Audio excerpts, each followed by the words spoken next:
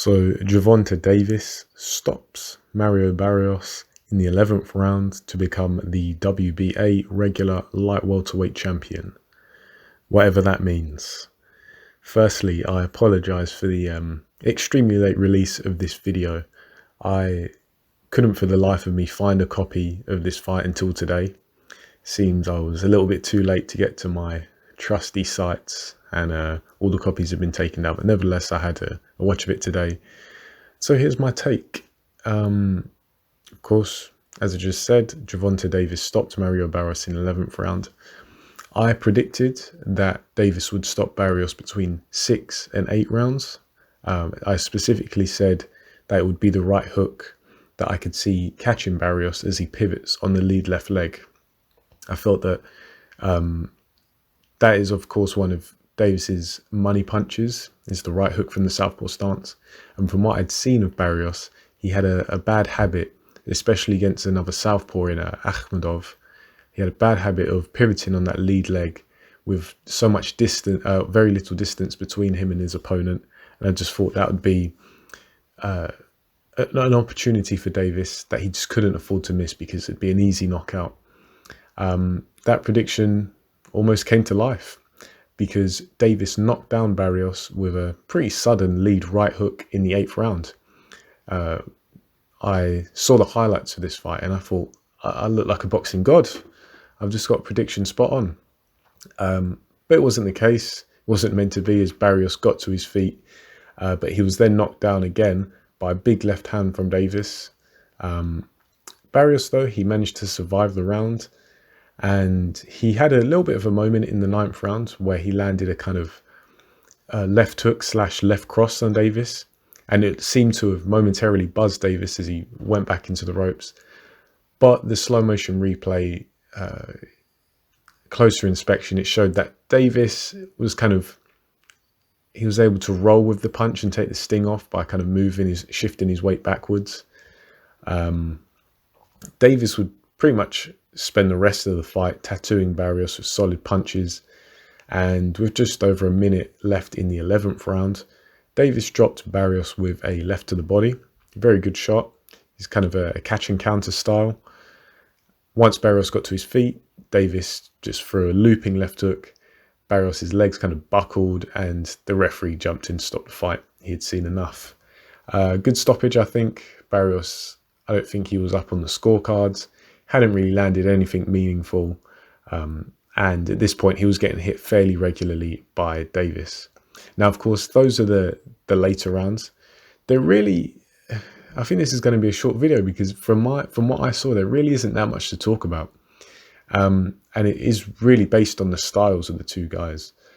I predicted that this fight would fall into a similar pattern as the Davis-Santa Cruz fight.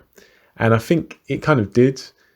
But I'd say that Leo Santa Cruz actually fought better than Barrios, and it kind of made for an easier fight for Davis. And I say that because I think that in terms of boxing technique and IQ, Leo Santa Cruz proved that he was better than Barrios. And I felt like he had more success against Davis because he just understood how to capitalize on Davis's shortcomings.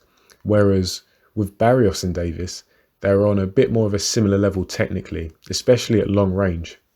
And it was essentially Davis's athleticism and power that won him the fight.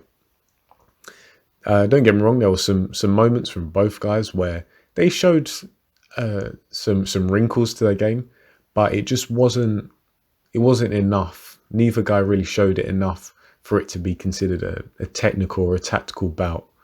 There weren't really many great setups. And personally, in my opinion, it just made for a bit of a dull fight.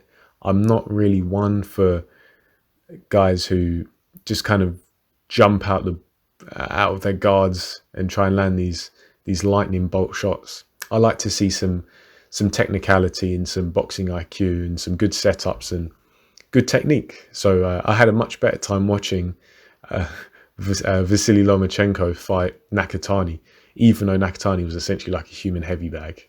But it's just because you can see the intelligence behind it. But with Davis, even though he doesn't utilize his technique and he can be a bit shaky at times, he can pull that big shot out of the blue, so it does add a bit of excitement. But that is the fight in a nutshell. Personally, I don't think there is much to report back on. And I don't even think we really learned that much from this fight, other than the fact that Davis still isn't utilizing the talent that he has. I spoke in the pre-fight video about how I first saw Davis and I wasn't too impressed. I thought he was a good puncher, very athletic and agile. But then the fight after that, the second fight of his that I saw, I was very impressed. The way that he'd grown and he was just able to set up his punches so much better, and he had a lot more maturity and intelligence in the ring. But ever since then, he's kind of been on this steady slope of regressing and just kind of becoming a power merchant. And yeah, it just seems like he's relying on brute force to get the win. And it's frustrating because he is someone that has genuine skills. Not to say that he's on the same level as, say, a Vasily Lomachenko, but then not many people are. But it doesn't mean that he can't utilize his skills and maximize them. I think he still has to work on his biomechanics. His biomechanics are very shaky at times. He kind of doesn't really utilize good weight transitions, and he kind of rushes his punches and tries to hit hard just by trying to hit hard rather than refining the technique of the punch. And it's really a shame, because with the kind of shaky technique that he does have, he can knock people out and knock them out brutally. Imagine the power this guy will have when he refines his technique and knows how to apply it properly. That's going to be an exciting fighter to watch and a scary fighter to go up against.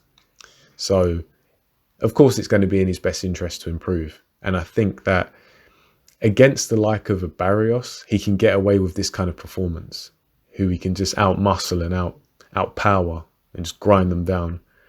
But against the top dogs at both lightweight and light welterweight, I think Davis, if he fights like this, he's really just resigning himself to having a puncher's chance, unless he uses this time to brush up on his technique and his boxing theory.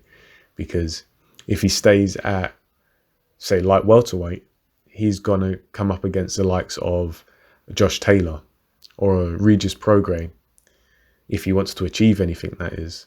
And at lightweight, there's Teofimo Lopez, who's got skills and is sharp and a good puncher.